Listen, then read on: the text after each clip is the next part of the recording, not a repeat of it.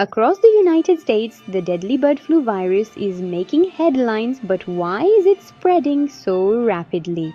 The current strain, H5N1, has evolved, becoming more contagious among wild birds and poultry. What's alarming is its ability to jump to other animals and even humans in rare cases. Migratory birds, which travel thousands of miles, are key to carrying the virus across regions. As the weather changes, more birds are on the move, increasing the risk of transmission. Poultry farms are facing massive losses, with thousands of chickens and turkeys being culled to prevent outbreaks. The ripple effect is hitting the economy hard too. But there's more to this story. The virus could eventually pose a risk to human health. Health experts are closely monitoring the situation, urging increased surveillance and protective measures. What can you do?